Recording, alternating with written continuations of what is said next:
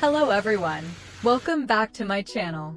Today, we continue with the newest episode in the heartbreaking yet inspiring journey of Tiểu San, the girl who seems to have carried the weight of misfortune since the day she was born. What's about to unfold in this episode will make you feel sympathy, anger, and the urge to jump through the screen to defend her. Make sure to watch until the very end so you don't miss a single detail, because this chapter comes with far more twists than you'd expect. And now, let's follow Tiểu San and see which direction her life will turn next. From the day the mistress, Lynn, became pregnant and moved straight into the house, Tiểu San's life plunged into a bottomless abyss. Not a fast fall, but the kind that drags you down slowly, hurting more with every inch. Despite being betrayed, belittled, and pushed aside, Tiểu San still held onto a tiny fragment of hope that her mother-in-law would stand by her. After all, she was the daughter-in-law who had devoted years to this family, taking care of every meal, every chore, every night of sickness, every early morning of work. But no, what her mother-in-law wanted was simply a grandson. The moment she heard Lynn was pregnant, it was as if she turned into a completely different person, eyes glittering, mouth stretched into a permanent smile, bragging to the neighbors as though she had just struck gold. In her mind, that unborn child was already the precious heir, the treasure she had always longed for. And Tiểu San? To her, Tiểu San was nothing but a useless woman, one who failed to give the family a son and was now only taking up space. Lynn knew that weakness all too well. So she started dripping poison into the mother-in-law's ears, sweet enough to make outsiders shiver. "I think San's been talking bad about you lately. She probably looks down on your family now, mother. She's changed so much. Always moody, always difficult." Each word from Lynn stabbed deeper into the mother-in-law's heart, a woman already blinded by her obsession with sons. The more she listened, the more her irritation grew. And the more she grew irritated, the more she resented Tiểu San. But for Lynn, that still wasn't enough. She knew exactly how to win the mother-in-law's absolute trust. Taking her to fancy restaurants, treating her to makeover spas, buying her new clothes, flashing a sultry smile as she sweet-talked. "You deserve to be beautiful and classy, mother. You're going to be the grandmother of the family's heir." Hearing that, the mother-in-law felt young again, adored, pampered, respected. And Tiểu San? She became nothing more than a fading shadow, standing quietly outside the life she once belonged to. No one asked how she felt. No one cared how silently she endured. No one even considered her part of the family anymore. The loneliness wrapped around Tiểu San grew thicker by the day.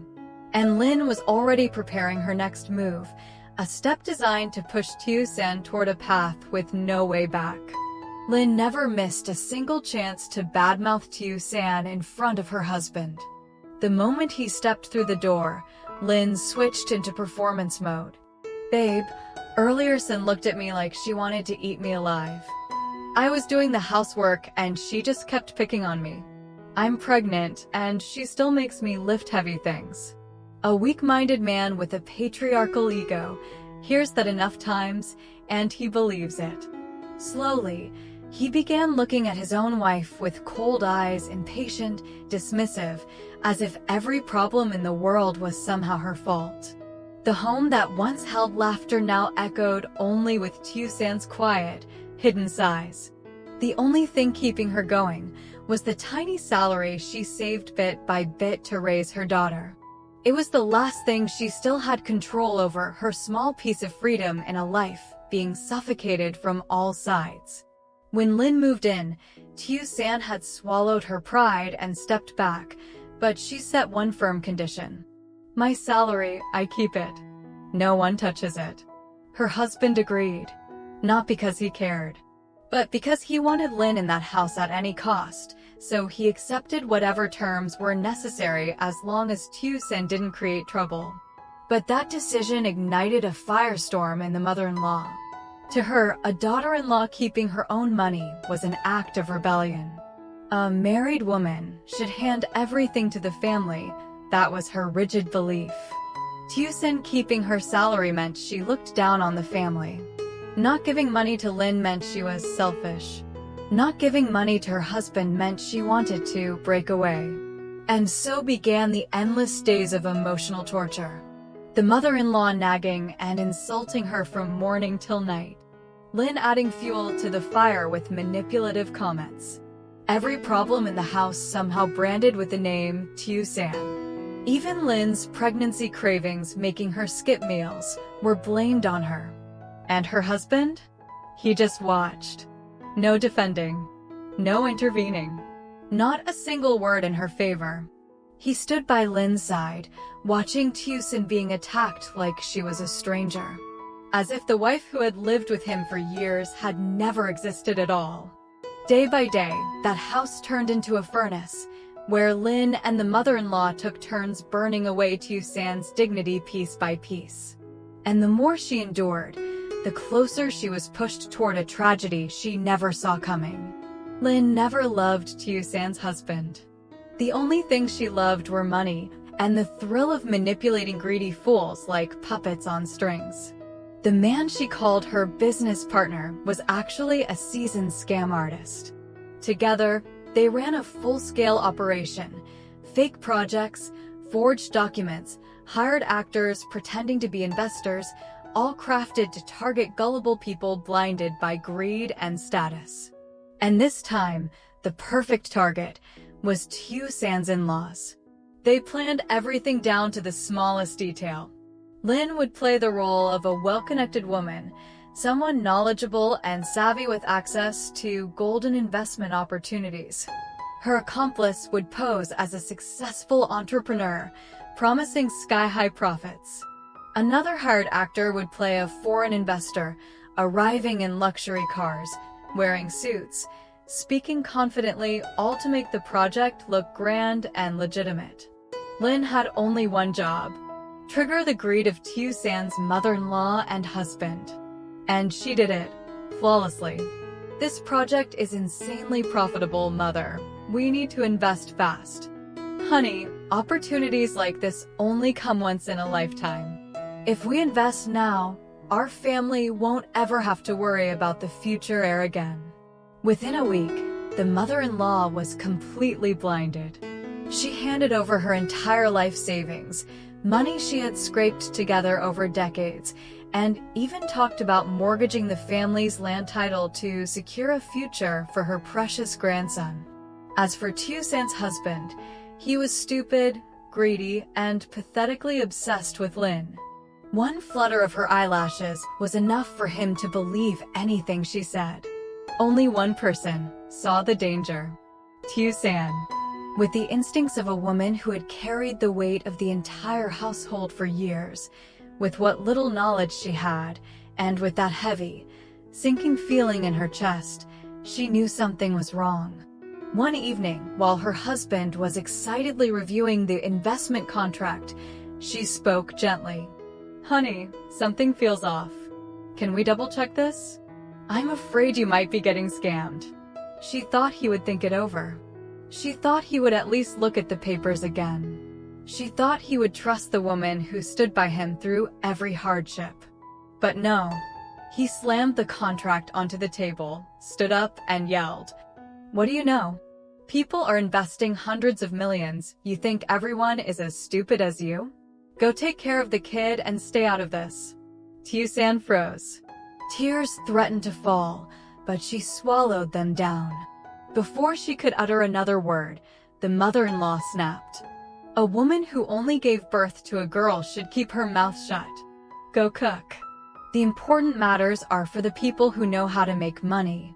Lin stood nearby, pretending to intervene. "Please stop, mother. Stop, honey. Don't scold her." But the corner of her mouth curled, a victorious smile only Tiểu San noticed. No one listened to her. No one checked the documents. No one paused even for a second. The entire family charged straight into the trap Lin and her accomplices had set. And Tiểu San knew.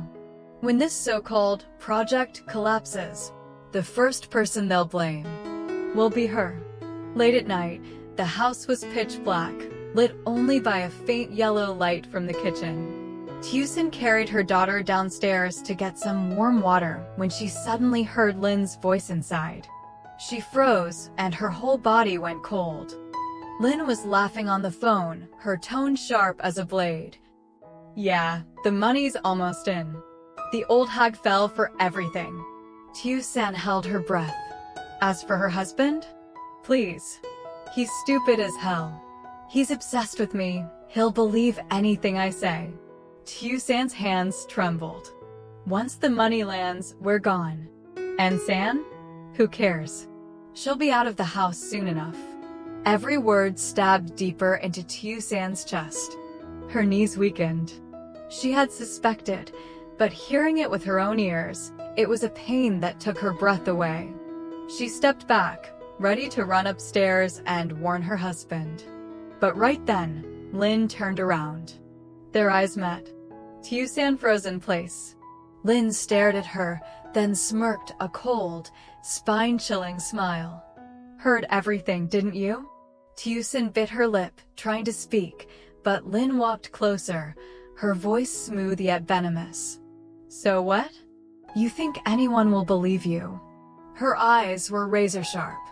"In this house, your words mean nothing." It felt like a slap straight to Tiểu San's dignity. Her chest tightened from the pain. The next morning, Lynn struck first. She switched to a sugary, gentle, let's make peace attitude. Soft tone. Sweet smiles. Pretending to clear misunderstandings. She even invited Tiểu San and her daughter to join her. "Let's go meet the business partner together. It's tiring for both of us to misunderstand each other. Let's settle everything today." Believing she needed to be there to stop the investment disaster, Tiểu San let her guard down and agreed. She had no idea she was walking straight into Lynn's final trap. On the way, the car turned down a deserted road, wind howling around them. No houses in sight. Suddenly, Lynn said coldly, "Stop the car." The driver braked hard. Before Tiểu San could react, Lynn snatched the phone from her hand and threw it straight into the field. Shocked, Tiểu San shouted, "Lynn, what are you?" Thud. Lynn shoved her and her daughter off the car. The little girl screamed in fear. Tiểu San hugged her tightly, her arms scraped and bleeding. From inside the car, Lynn looked down with pure contempt. "Don't come back too soon. I still have things to take care of." Slam. The car door shut. The vehicle sped away, leaving mother and daughter in the middle of an empty field, wind whipping against their faces. No people, no lights, no phone, no road. Only two trembling figures alone in the darkness. And behind them, a family racing straight toward the pit Lynn had dug for them. When Lynn returned home, she didn't even give anyone a chance to ask questions. She immediately threw herself into the role of the poor, misunderstood victim. She let out a sigh, pretending her eyes were red. San took the baby and stormed out. I tried to stop her, begged her even, but she wouldn't listen. "I got scared, so I came home to tell you first, Mother." The mother-in-law exploded the moment she heard that. Oh heavens! What kind of daughter-in-law is this? Who takes a child and storms out in the middle of the night? Such a stubborn, disrespectful woman. She's bringing misery on this family. No verifying. No asking. No considering who Tiểu San truly was. She believed Lynn instantly. Tiểu San's husband stepped out, his face blank and cold, his voice flat but cruel. "She's always causing trouble. If she wants to leave, then let her. Don't come back." One sentence, and the last tiny fragment of hope inside Tiểu San shattered completely. No one asked. Did someone hurt her? Where is she and the child now? Are they safe? It's freezing outside. How could she walk out with a baby? No one cared. They went back to eating, chatting, laughing, discussing their investment, as if nothing had happened. Meanwhile, Tiểu San and her daughter were walking through an unfamiliar stretch of land. Nothing but empty fields on both sides. The night wind cut through their thin clothes like knives. The child cried herself weak with hunger. Tiểu San's feet felt numb, her head spinning. No phone, no sense of direction, no help, no lights, no shelter. Only a mother's trembling legs, carrying her child forward step by step. Every step came with a question echoing in her mind. How did my life turn into this? What will happen to my child? If I collapse here, who will ever find us? The pale moon cast a faint glow over Tiểu San's dust-covered face. Her breaths came out shallow, fragile, as if they could fade at any moment. Far behind them, the house she once called home remained brightly lit. But the hearts inside that house had long stopped holding even the slightest space for her. Tiểu San carried her daughter from stall to stall, begging for work. Her clothes were dusty, her feet swollen, her hands trembling from the cold, yet she still forced a smile, bowing her head politely at every shop. "Ma'am, do you need an extra helper? I can do anything. I just need a job to take care of my child." But the answers were always the same. "We don't hire moms with babies, too inconvenient.